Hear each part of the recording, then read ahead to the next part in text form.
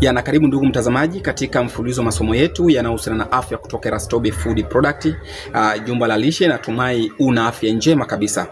Nipende kukaribisha tena katika mwendelezo wa masomo yetu yanayohusiana na afya, na kwa siku ya leo tunataka tujibu swali, ni kwa njia zipi ama kwa namna gani tunaweza tukaepuka sukari isiyoonekana kwa macho kwenye vyakula vyetu, tunaita hidden sugars. Ni kwa namna gani tunaweza tukaepukana na sukari yasiyoonekana kupitia vyakula vyetu vya kila siku.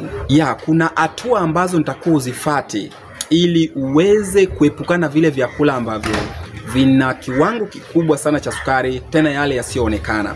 Kuna hatua fulani ambavyo ukiwa navyo makini, basi itakusaidia kuepukana na vyakula ambavyo vina sukari ambavyo hatuwezi tukaviona kiurahisi. Hatua namba moja ni pamoja na kusoma lebo. Unapoenda kutafuta ama kununua vyakula, iwe ni kwenye supermarket ama sokoni, basi jaribu kuangalia lebo ama kusoma lebo. Mara nyingi unaweza kukuta wameandika labda sukari aina ya glucose, lactose, fructose, saccharose. Hizo zote unaweza kuzikuta hapo. Itakusaidia kujua kwamba kumbe bidhaa fulani na sukari fulani ambayo haitakiwi nitumie. Kwa hiyo utaiweka pembeni.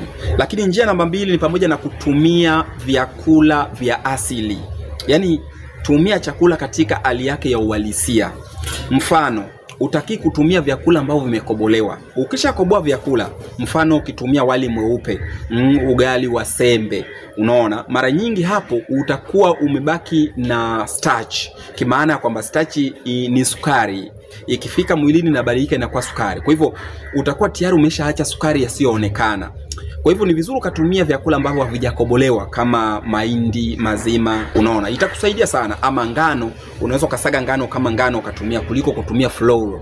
Lakini pia unaweza kutumia matunda halisi kuliko kutumia juisi ambazo zimetengenezwa tayari, ambazo zimetokana, hata kama zinatokana na matunda, kwa sababu tunda likishasagwa, of course ikachujwa, kitakachopatikana ni sukari piwa, na mwili hauwezi ukaidentify ama ikachagua ama ikajua kwamba sukari imetoka wapi. Sukari ni sukari katika mwili wa binadamu. Kwa hivyo hiyo ni njia rahisi sana ya kuepukana na sukari isiyoonekana. Achana na juisi ambazo zimeshatengenezwa, bali tumia matunda ama kula matunda kama matunda. Kwa njia ya salad inaweza kukusaidia zaidi. Njia nyingine ni pamoja na kupika chakula chako we mwenyewe. Yaani jipikie chakula chako nyumbani. Ukitegemea kula sehemu mbalimbali ama kwenye mahoteli ama wapi, basi tegemea kula sukari isiyoonekana kiurahisi kupitia vyakula hivyo. Lakini ukipika chakula chako, utajihakikishia 100% kwamba chakula hiki nimekipika na sijaweka sukari na vitu kama hivyo. Kwa hivyo epukana na vyakula vile ambavyo viko kwenye makopo kama sausages. Lakini pia ni vizuri ukachagua bidhaa zenye no added sugar ama unsweetened. Ndio maana tumesema kwamba ni vizuri ukasoma lebo kabla ya kutumia chakula husika. Kwa mfano, kuna baadhi ya bidhaa ambazo zinatokana maziwa ya soya, ziko supermarket, na wanaweka sukari fulani ili tie ladha, kwa sababu maziwa ya soya yana ladha. Kwa hivyo hii inaweza kuwa ni hatari sana kwako. Lakini pia kuna jamii za yogurt ama maziwa mgando ambazo zinauzwa supermarket, wameongeza sukari, unaona, ili kutia ladha na vitu vingine vya namna hiyo. Kwa hiyo ni vizuri ukasoma bidhaa, ukasoma lebo, ukajua ina contain nini ama imebeba kitu gani, ili uweze kuepukana na sukari isiyoonekana, hatimaye ikakuletea matatizo mbalimbali. Lakini vizuri ukatafuta bidhaa zile ambazo ni mbadala ya sukari. Kuna mimea ama vitu fulani ambavyo unaweza kutumia ikawa ni mbadala ya sukari ya kawaida. Mfano stevia. Stevia of course ni mmea ambayo ukionja ni sukari, lakini haiwezi kukuletea shida au madhara katika mwili wako. Ina contain 0 calories. Kwa hivyo hata ukitumia haiwezi kupandisha sukari yako kwa wale wenye kisukari.